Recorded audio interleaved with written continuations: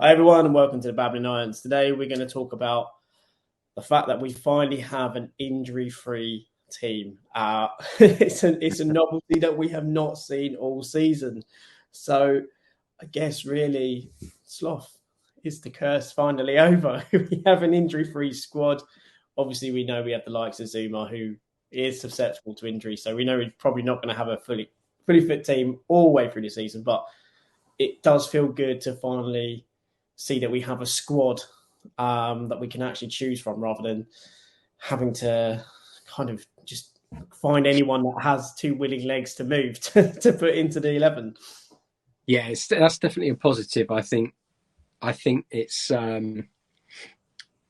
been a welcome return as we have constantly said throughout this podcast. We lack so much pace, and having a Guerd and Cornet back eventually is something that will just add such an outlet on both ends of the pitch.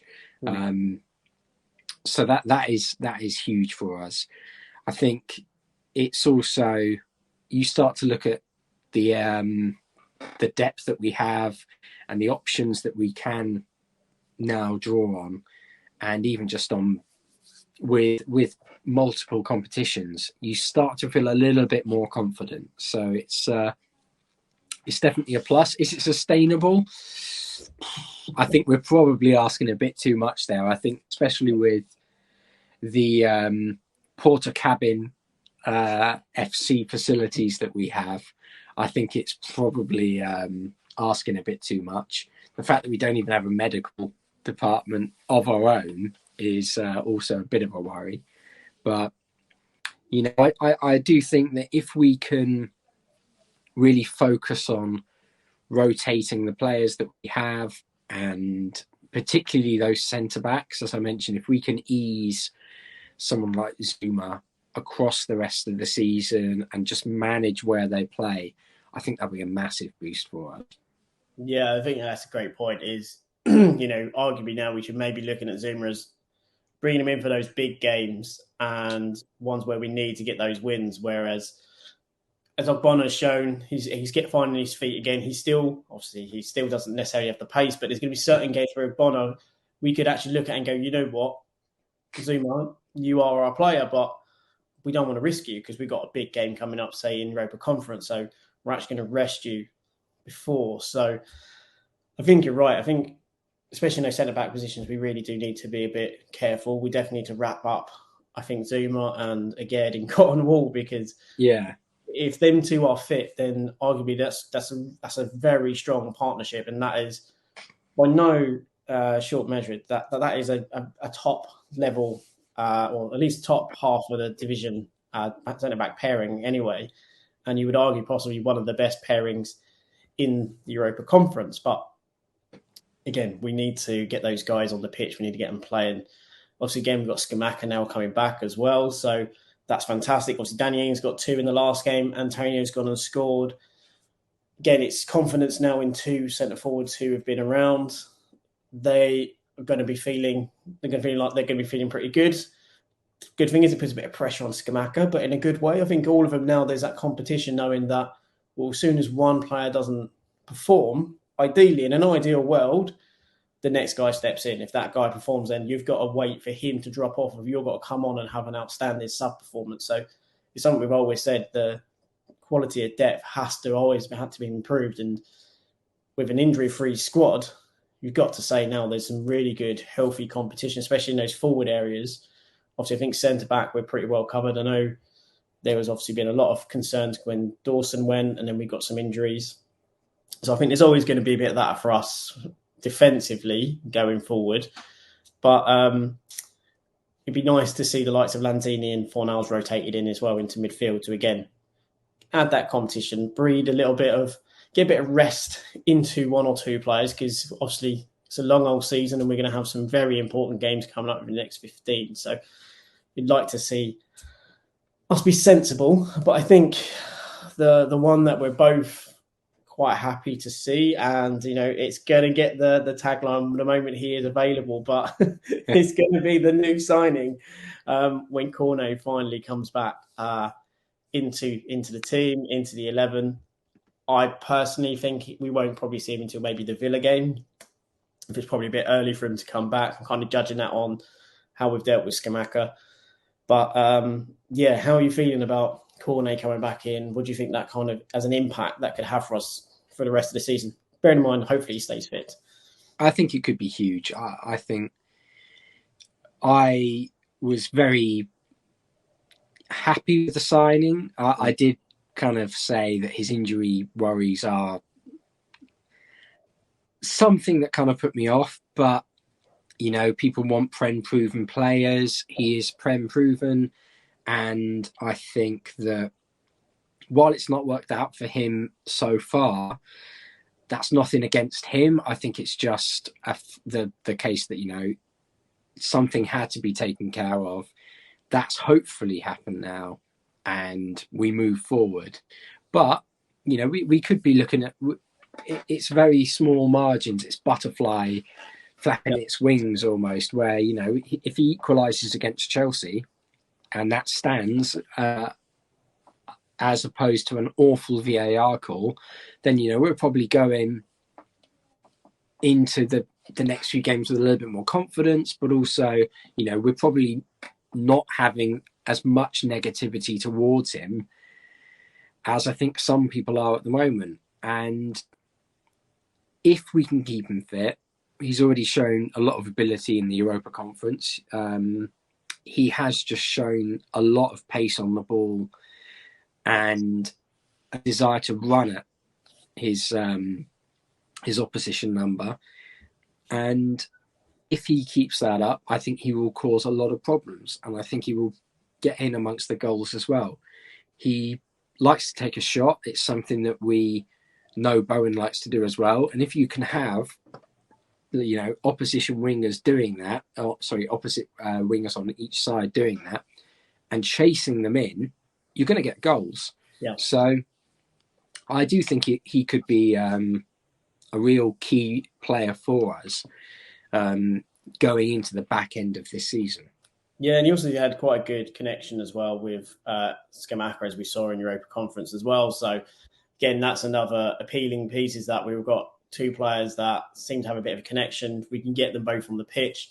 If we're going to play like we did against Nottingham Forest, where obviously we had Bowen really inverted. That means Scamacca has someone close. You've got someone like Cornet who's happy to get down the wing and get crosses in, whether they be cutbacks or actual, you know, decent crosses into the air. And also, he, again, is another player who likes to get in between the lines. So it's another one who's going to support Scamacca and run beyond him. So it's certainly going to be a massive positive, I think, for us.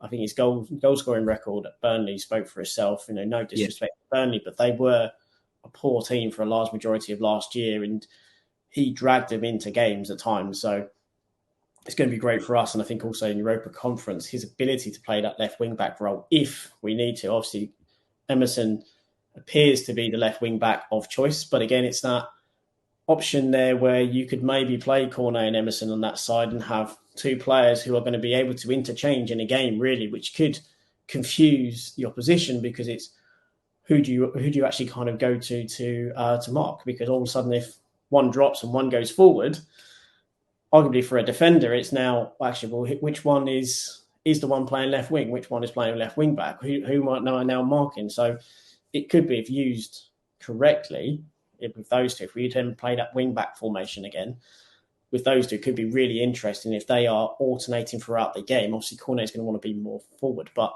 it could be a really interesting proposition to essentially try and bamboozle the opposition, and maybe to free up Cornet and say, right, well, maybe you go inside and maybe you play a bit more of a free role, and we're going to have Emerson push up if we're going to be brave with it. So certainly one of the players that I'm looking forward to seeing, because, as we said, pace is massive in the Premier League. I think the real positive is that you just look at his work ethic, and you know, I kind of spoke to people at Burnley.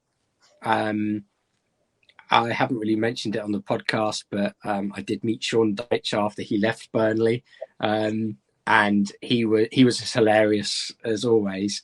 But yeah, I was going to do my Sean Dyche impression then, but you know, he was. You've got your crab and your worms to get there. Yeah, you're a great lad, and we're really looking forward to him. But That's your bang impersonation. That's really good.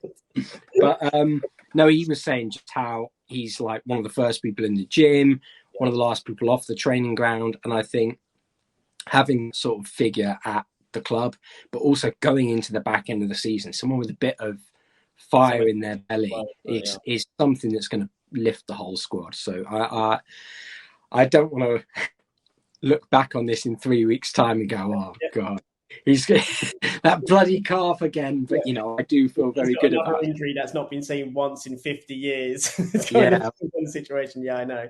No, but I know, I understand. I totally get what you mean. And also, we saw with when Souček and Coufal come in, that type of attitude that you said that Dyche said about Cornet is something that again just boosts the rest of the squad. Because we saw that with the way that they were always the first ones in, longest ones on the pitch, longest ones in the gym, rubbed off on other players, and they went on a lot better kind of form and actually became a lot more physical and a lot more, professional, really, because there was all of a sudden that this want to be far more involved, far fitter, and obviously we saw over the last 2 years the benefits of those two and their attitude and essentially being role models within the squad. So having someone like Cornet who has that same mentality, that same work ethic is only going to improve how players are within our squad. And also, I think, as you mentioned, it's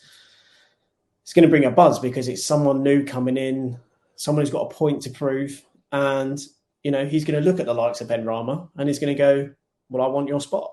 He's not going to be saying that I'm happy to sit around. Hopefully, now he's going to be not politely waiting for Moyes to be patient. He's going to be saying, "I need you to get me in that squad, and I'm going to go in and make a difference." And that's really what I'm hoping we'll see from him, but also the other players who've come back from injury and that they feel that there's been a lot of lost time, a lot of missed opportunities, and now they're back in this final third of the season or final half of the season that they are driven to do more. And I think even Declan Rice made a comment today about it's about time West Ham won a cup and we've got the squad to do it. So you'd like to think that is the attitude, not only about the FA Cup game, which I think personally, I would say I'm kind of happy if we kind of go out because of the league and Conference League. But I never like losing to Man United. I know I never like losing to United. It's always.